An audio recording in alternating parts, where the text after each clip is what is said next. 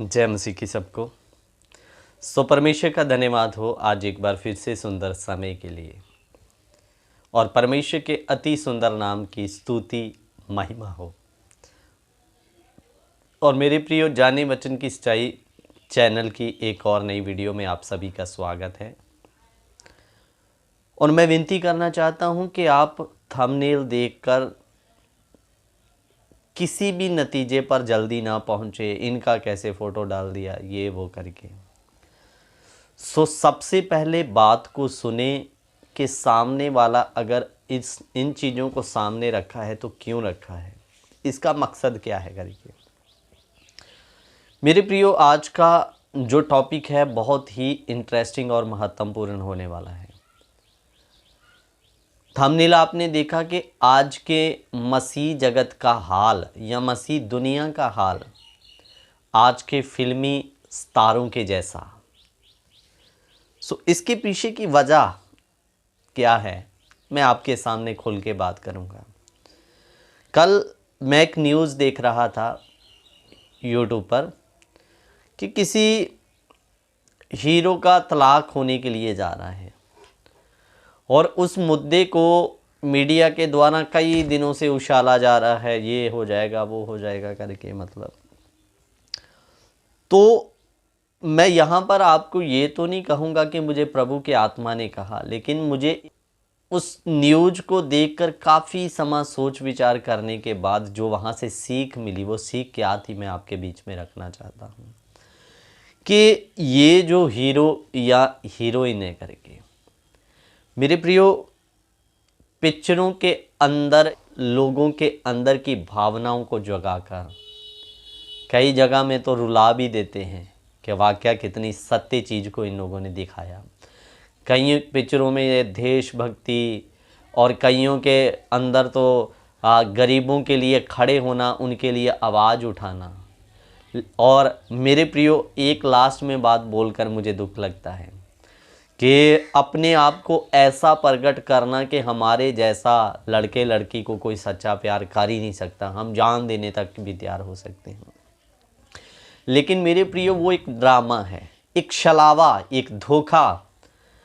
लेकिन असलियत में जैसे अगर आप इनकी ज़िंदगी को देखोगे तो सबसे पहले मैं आपको बता दूं कि अपने आप को सत्य दिखाना पिक्चरों में, हमारे जैसा कोई देशभक्त नहीं, हमारे जैसा कोई पॉल टैक्स के खिलाफ आवाज़ उठाने वाला नहीं। लेकिन असलियत में जब रियल में हम इनकी ज़िंदगी को देखते हैं उस छलावे से बाहर आके, तो सबसे घटिया जीवन आपको इन सितारों का देखने को मिलता है। ना तो इनके अंदर कोई भक्ति है, ना इनके अंदर कोई गरीबों के लिए प्रेम है, ना उनके लिए कोई आवाज़ उठाना। मैं कुछ करते करते आपके सामने कभी ना कभी कोई वीडियो आ जाता है। मैंने कुछ ऐसे सितारों को देखा जिनको लोगों ने मिलने का प्रयत्न किया, उनके पास फ़ोटो लेने की चाहत रखी कुछ गरीब लोगों ने।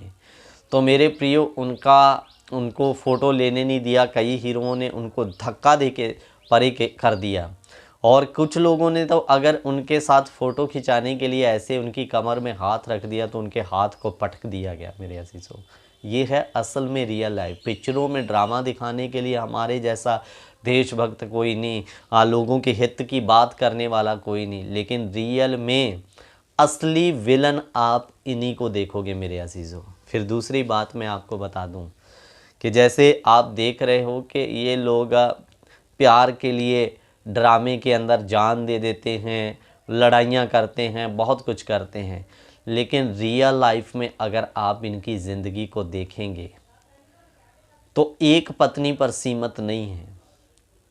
इनकी यहाँ चार चार कई हीरो ऐसे हैं जिनका मैं नाम ले सकता हूँ कि कितनी तीन तीन चार चार पत्नियाँ इक्का दुक्का लोगों को छोड़कर तीन तीन चार चार शादी कर चुके हैं, जिनको आप अपना आइडल या हीरो मानते हैं।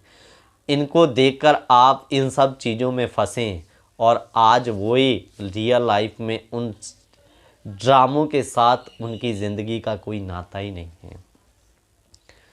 तो अजीज़ों, मैं अब बात करना हूँ, हमने पढ़ा कि मसीह जगत में आज मसीह जगत का हाल कुछ इन फिल्मी सितारों के समान। इसकी सबसे बड़ी वजह एक वचन मैं आपके लिए पढ़ना चाहता हूँ। रोमी 12 अध्याय उसका 2 वचन पढ़ेंगे। रोमी 12 का 2 वचन। इस संसार के सदृश ना बनो, परंतु तुम्हारे मन के नए हो जाने से तुम्हारा चाल चलन भी बदलता जाए, जिससे तुम परमेश्वर की भली और भावती और सिद्ध इच्छा अनुभव से मालूम करते रहो। लिखा इस संसार के जैसे ना बने। यहाँ उर्दू में इस वचन को पढ़ेंगे तो वहाँ लिखा इस संसार के हम शक्ल ना बने, तुम्हारे मन के नए हो जाने से तुम्हारा चाल चलन भी बदलता जाए।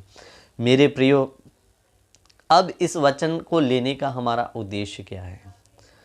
आज मैं आपको बताना चाहता हूं कि मसीह जगत के लोगों का हाल भी इन फिल्मी सितारों के जैसा। कैसे, मैं आपको बताऊंगा कि जैसे ये लोग पिक्चर में कुछ और दिखाते हैं, रियल लाइफ में कुछ और है, वैसे ही आज के विश्वासी चर्च में कुछ और, आराधना में कुछ और, वचन पढ़ते समय कुछ और, सुनाते समय कुछ और, लेकिन हकीकत में उनकी ज़िंदगी इन फिल्मी सितारों के समान ही होती है।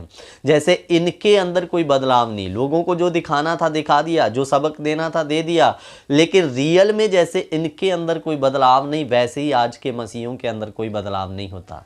मेरे अजीज़ों, आज के सेवक बड़ी ऊंची ऊंची भीड़ों के आगे में अपना सीना ठोकर कहते हैं कि मैं तो पूरा रात भर परमेश्वर से बातें कर रहा था, या मेरा तो डायरेक्ट संबंध खुदा के साथ था। लेकिन मेरे प्रियो, जब पैसे की बारी आती है तो मुंह ऐसा फाड़ते हैं कि सुनकर रूह कांप जाती है। लोगों को हज़ारों की डिमांड में पैसों का डिमांड रखा जाता है लोगों के सामने। मेरे प्रियो, ऐसा व्यक्ति जो लालच से भरा हुआ है, गेहजी जो लालच के कारण कोढ़ी हो गया, उसका संबंध प्रभु के साथ था? नहीं था। बिलाम जो लालच में फंसा, उसका संबंध प्रभु के साथ रहा? नहीं रहा। और फिर यहूदा इस्करियोती लालच के चलते यीशु मसीह को सिक्कों में बेच दिया, उसका संबंध प्रभु के साथ था? नहीं था। जब बाइबल में जो नबियों की बातें लिखी गई, उनका संबंध परमेश्वर के साथ नहीं रहा लालच करने के द्वारा, तो आज के सेवक जो लालच से भरी सेवा कर रहे हैं, उनका संबंध कैसे प्रभु के साथ हो सकता है? बाइबल के साथ तुलना कीजिए मेरे प्रियो। शलावे से बाहर आइए, दिखावटी जिंदगी से बाहर आइए। आप इन फिल्मी स्टारों के जैसे जीवन ना जिए कि फिल्मों में कुछ और, बाहर में कुछ और करके।